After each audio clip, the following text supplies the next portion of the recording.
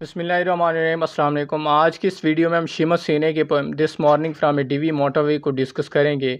इस पोएम को 1975 में सेमस हिने की कलेक्शन ऑफ पोइट्री नॉर्थ में पब्लिश करवाया गया था।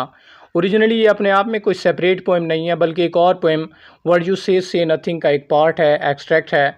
वहाँ से इसको लेकर इस कलेक्शन नॉर्थ में पब्लिश करवाया गया था, इसलिए ये आपको नॉर्थ के अंदर इसी टाइटल के साथ मिलेगी। इस पोएम के अंदर this morning from a dewy motorway में पोइट जो है वो सुबह के एक मंजर को बयान करता है, एक सीन को बयान करता है। सुबह मोटरवे पे ट्रैवल करते हुए वो एक सीन विटनेस करता है जिसमें वो मिलिट्री बंकर देखता है, इंटरनीज देखता है, मेन प्रिजनर के लिए एक नया जो है कैंप बनाया गया, उस कैंप को देखता है और उस कैंप को ही इस पोएम के अंदर बयान करता है। इस पोएम को लाइन बाय लाइन एक्सप्लेन करने से पहले सेमस हिने की बायोग्राफी को देखते हैं। सेमस हिने का पूरा नाम सेमस जस्टिन हिने है। ये 1939 में आयरलैंड में पैदा हुए और 2013 में इनकी डेथ हुई। इट मीन कि ये कंटेम्प्रेरी पोइट हैं, मौजूदा दौर के असर हाजिर के पोइट हैं। ये एक आयरिश पोइट, प्ले राइट और ट्रांसलेटर। इन्होंने बहुत से वर्क ट्रांसलेट किए हैं। इवन बियोवुल्फ को भी इन्होंने इंग्लिश के अंदर दोबारा ट्रांसलेट किया है। ये W.B. यीट्स के बाद ग्रेटेस्ट आयरिश पोइट माने जाते हैं और इन्हें 1995 में नोबेल प्राइज भी मिला था लिटरेचर के अंदर। इसके साथ ही 2006 में इनकी पोइट्री की वजह से इन्हें T.S. एलियट प्राइज भी मिला है। इन्होंने हार्वर्ड यूनिवर्सिटी के अंदर टीचिंग की है 1985 से 2006 तक और ऑक्सफोर्ड यूनिवर्सिटी में भी प्रोफेसर ऑफ पोइट्री रहे 1989 से 1994 तक और इनकी डेथ 2013 में हुई। इनके इंपॉर्टेंट वर्क में सबसे पहला जो डेब्यू है वर्क जहाँ से इन्होंने अपनी पोइट्री का आगाज़ किया, डेथ ऑफ नेचुरलिस्ट के नाम से पब्लिश हुआ 1966 में और उसके साथ ही विंटरिंग आउट 1972 में पब्लिश हुई और उसके बाद इनका बहुत इंपॉर्टेंट वर्क नॉर्थ पब्लिश हुआ 1975 में। इसका टाइटल नॉर्थ इसलिए है कि ये नॉर्थ आयरलैंड के बारे में इन पोएम की सीरीज़ में बताते हैं कि नॉर्थ आयरलैंड की कंडीशन कैसी है। इनकी पोइट्री के जो मेजर थीम्स हैं वो आयरलैंड की हिस्ट्री और कल्चर है। इनकी ओरिजिनलिटी और यूनिवर्सलिटी की सबसे बड़ी वजह यह है कि ये आयरलैंड की ही ब्यूटी को बयान करते हैं, अपने वतन की ब्यूटी को बयान करते हैं और उसके कल्चर को, उसकी हिस्ट्री को और उसके लोगों के सफरिंग और परेशानियों को ही बयान करते हैं। और उसके साथ ही ये आयरलैंड के मिथोलॉजी और फॉल्कलोर को बयान करते हैं कि उनके जो किस्से कहानियाँ और उनकी जो लोक दास्तानें थी उनको अपनी पोइट्री के अंदर एक्सप्लेन करते हैं। मोस्ट इंपॉर्टेंटली ये जो कलेक्शन नॉर्थ है इसके अंदर ये नॉर्थ आयरलैंड के अंदर ट्रबल्स और वायलेंस को बयान करते हैं। एक्चुअली 1968 से 1998 का जो इरा है इसको आयरलैंड में ट्रबल्स कहा जाता है। ट्रबल्स मीन तकलीफ, सफरिंग, मिजरीज, वायलेंस, क्योंकि इस दौरान आयरलैंड के अंदर मुसलसल एक सिविल वार चल रही थी। इस poem this morning from a dewy motorway में सेमस हिने जो है वो सुबह के एक मंजर को बयान करते हैं जो कि एक्सप्लोजन के बाद का मंजर, एक धमाका हुआ है उसके बाद के मंजर को डिपिक्ट करते हैं। तो आइए इस पोएम को पढ़ते हैं। This morning from a dewy motorway mean ये वाली सुबह, ये वाला सीन डीवी मोटरवे के ऊपर है।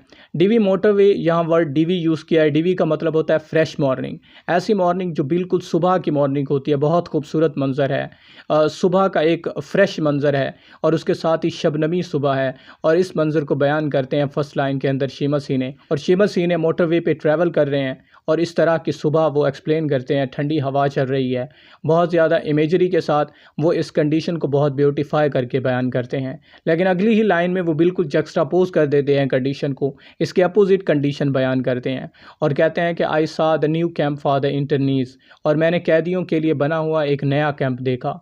इंटरनीज ऐसे वार प्रिजनर को कहा जाता है जिनको डिटेन किया जाता है बगैर किसी ट्रायल के।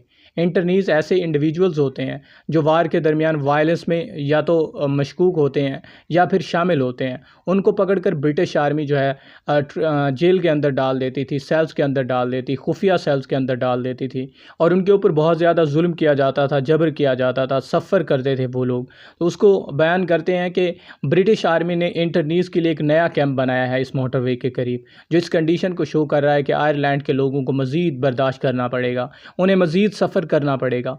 और अगली लाइन में वो इस कंडीशन को ज़्यादा वर्स्ट बयान करते हैं और कहते हैं a bomb had left a crater of fresh clay, mean एक बॉम्ब, एक एक्सप्लोजन जो अभी फटा है उसने यहाँ ताज़ा मिट्टी में एक गड्ढा डाल दिया है। क्रैटर का मतलब होता है गड्ढा, एक क्रैश, एक ऐसी जगह जहाँ एक्सप्लोजन होता है, जहाँ माइनिंग की जाती है, तो वहाँ गड्ढा बन जाता है, वहाँ एक किस्म का जो है होल बन जाता है, उस होल को क्रैटर कहते हैं। तो वो इस मोटरवे पे देखते हैं इंटरनीज़ के लिए नया कैंप है, और उसके साथ ये भी देखते हैं कि वहाँ एक वायलेंस हुई है, और वायलेंस के रिज़ल्ट में एक्सप्लोजन हुआ है, और एक्सप्लोजन के रिज़ल्ट में एक गड्ढा बना है। और फ्रेश क्ले अपने वतन की मिट्टी को बयान करते हैं कि ताज़ा है, खूबसूरत मिट्टी है, फ्रेश सॉइल है, और उसको उसमें जो है गड्ढा डाल दिया गया है। डिस्ट्रक्शन को बयान कर रहे हैं। अगली लाइन में कहते हैं in the road side and over in the trees, road की साइड पर, रास्ते के करीब और दरख्तों के ऊपर। अब इस लाइन को वो नेक्स्ट स्टैंजा में कंटिन्यू करेंगे और कहते हैं कि machine gun post defined a real stockade. पिछली लाइन में उन्होंने कहा था कि दरख्तों के ऊपर और रोड की साइड पर, और यहाँ बयान कर रहे हैं मशीन गन की पोस्ट बनाई गई हैं जो कि एक रियल मिलिटराइज एरिया को शो करती हैं। स्टॉकेड का मतलब होता है मिलिट्री का एरिया, मिलिट्री बंकर्स को स्टॉकेड कहा जाता है। और यहाँ मशीन गन की पोस्ट दिखाई गई है जो कि ये शो करती है बहुत ज़्यादा वायलेंस है, और ब्रिटिश फोर्सेस जो है वो इस कंडीशन को कंट्रोल करने के लिए, लॉयलिस्ट और रिपब्लिकन की लड़ाई को कंट्रोल करने के लिए, टेररिज्म और शूटिंग को कंट्रोल करने के लिए उन्होंने मशीन गन पोस्ट बनाई हैं जो कि मिलिट्री का एरिया शो करती हैं और बहुत ज़्यादा कन्फ्लिक्ट की सिचुएशन को बयान करती हैं। और आगे कहते हैं there was that white mist, और ये जो white mist you get on the low ground, जो कि तुम्हें लो ग्राउंड पे नज़र आ रही है। वाइट मिस्ट सफ़ेद किस्म के धुंध को कहते हैं, जो किसी जगह एक्सप्लोजन होने के बाद धुंध बनती है, जो एक किस्म के धुआं उठता है, उसको वाइट मिस्ट कहा जाता है। और उस धुएं में कुछ नज़र नहीं आता, कन्फ्यूजन की सिचुएशन होती है, उसको वाइट मिस्ट कहा जाता है। इसी तरह वो इस कंडीशन को भी इमेजरी के थ्रू बयान कर रहे हैं, एक बहुत ज़्यादा इमेज क्रिएट कर रहे हैं इस पोएम के अंदर, और इमेजरी का यूज़ कर रहे हैं, और कहते हैं कि ये जो कंडीशन नज़र आ रही है बिल्कुल वाइट मिस्ट की तरह है, और ये एक ऐसी वाइट मिस्ट है जो कन्फ्यूजन को डिपिक्ट करती है। मीन उन्हें ये नहीं पता कि ये लड़ाई किस वजह से हो रही है, और उन्हें ये भी नहीं पता कि कल की जो कंडीशन होगी वो कैसी होगी, क्योंकि वो तो बहुत ज़्यादा सदियों से आयरलैंड के अंदर लड़ाई देख रहे हैं, नॉर्थ आयरलैंड के अंदर मुसलसल वायलेंस देख रहे हैं, सफ़र कर रहे हैं। और आगे कहते हैं एंड इट वाज डीजावू, और ये जो है डीजावू सी कंडीशन है। डीजावू एक फ्रेंच टर्म है जिसका मतलब होता है ऑलरेडी सीन। मीन ये एक ऐसी साइकोलॉजिकल कंडीशन है जिसमें इंसान ये फील करता है कि उसने या तो किसी मंजर को पहले से देखा हुआ है हालांकि उसने देखा हुआ नहीं होता, या फिर वो किसी ह्यूमन बीइंग को देखता है तो वो कहता है कि ऑलरेडी मैं इससे देख चुका हूँ या इससे मिल चुका हूँ। तो इस सेंस को, इस सेंसेशन को डीजावू कहा जाता है। ये फ्रेंच टर्म है। पोएट ये कह रहे हैं कि वो ऐसी सिचुएशंस पहले भी बर्दाश्त करते रहते हैं। वो ऐसी वायलेंस, ऐसा धुआं, ऐसी मिस्ट और ऐसी मशीन गन की पोस्टें, स्टॉकेड मिलिट्री बंकर्स और ऐसी सिचुएशन को पहले भी देखते रहते हैं। वो ऐसे एक्सप्लोजन, ऐसी सफरिंग को पहले भी महसूस करते हैं, इसलिए ये डीजावू की कंडीशन है। और आगे कहते हैं सम फिल्म मेड ऑफ स्टेलाग 17, और ये उस मूवी की तरह है जो स्टेलाग 17 में दिखाया गया है।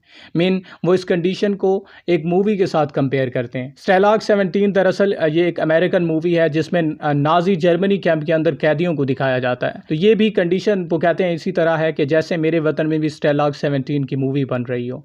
और वो कहते हैं आगे a bad dream with no sound, ये नाइटमेयर है जिसमें कोई साउंड नहीं है, बिल्कुल एक खामोशी है। ये एक डरा देने वाली खामोशी है। ये हमारा वो डरावना ख्वाब है जो हम सदियों से देख रहे हैं, लेकिन इसमें कोई आवाज़ नहीं है। हमारे बच्चे हर रोज़ उठकर इस कंडीशन को बर्दाश्त करते हैं, और आगे वो कंडीशन को बिल्कुल एक और सेटिंग में शिफ्ट कर देते हैं। और वो कहते हैं is there a life before death, क्या मरने से पहले भी कोई ज़िंदगी है? क्या आयरलैंड के लोगों ने इस मौत से पहले भी कोई ज़िंदगी देखी है? उन्होंने तो मुसलसल सफरिंग बर्दाश्त की, उन्होंने वायलेंस देखी है, उन्होंने आयरलैंड के अंदर लड़ाई देखी है, उन्होंने अपने कल्चर और आइडेंटिटी का लॉस देखा है, ब्रिटिश फोर्सेस की ऑक्यूपेशन और ब्रिटिश फोर्सेस का ऑपरेशन देखा है, उन्होंने तो ज़िंदगी नहीं देखी। That's chart up in Ballymurphy, और ये बैले मर्फे के एक पम्फलेट के ऊपर लिखा हुआ था। एक्चुअली इस कंडीशन में वो बैले मर्फे मैसेकर की तरफ रेफरेंस लेकर जा रहे हैं। बैले मर्फे दरअसल ये एक सानिया था जो 1972 में ब्लडी संडे के नाम से जाना जाता है। इस दिन ब्रिटिश फोर्सेस ने कुछ जो सिविलियंस थे उनको सीधा टारगेट करके गोलियां मारी थी। तो वो इसी कंडीशन को बयान कर रहे हैं क्योंकि वो एक पम्फलेट को देख रहे हैं, एक दीवार को देख रहे हैं। इस तरह एक दीवार है, उसके ऊपर ये वाला पम्फलेट लगा हुआ है कि इस देयर लाइफ बिफोर डेथ, क्या ये बैले मर्फे में मरने वाले जो लोग हैं इन्होंने भी कोई ज़िंदगी देखी है, इन्होंने भी कोई ज़िंदगी गुजारी है? और अगर ज़िंदगी गुजारी है तो वो ज़िंदगी कैसी थी? मुसलसल सफरिंग की ज़िंदगी थी, मुसलसल बर्दाश्त किया उन्होंने, एक दूसरे के साथ लड़ाई करके एक दूसरे को तकलीफ़ पहुँचाई है, टारगेट किलिंग की है। तो क्या ये कोई ज़िंदगी है? और ये एक बहुत बड़ा एग्जिस्टेंशियल क्वेश्चन है। और आगे वो कहते हैं competence with pain. Competence with pain का मतलब होता है कि पेन को बर्दाश्त करना।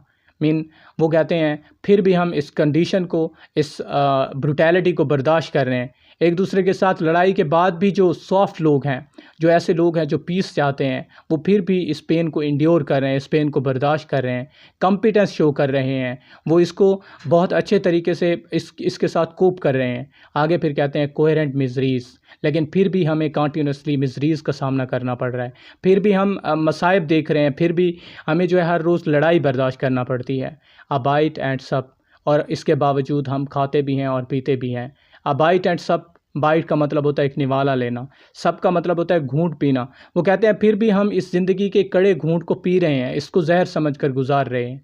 We hug our little destiny again, और हम अपनी इस छोटी सी किस्मत को, इस बदकिस्मती को फिर भी गले लगा लेते हैं और अपनी ज़िंदगी गुजार रहे हैं। और हमने इस दौर में जिसमें जीना मुश्किल था, उसमें लोगों को ज़िंदगी गुजार कर दिखाई है। तो ये पोएम थी। इट मीन्स दैट कि इसको पढ़कर लगता है कि शेमस मसीह ने वाकई ऐसे पोइट थे जो नोबेल प्राइज़ वाकई में डिज़र्व करते थे। And he was truly an Irish man and representative of Ireland. Thank you so much. अल्लाह हाफिज़।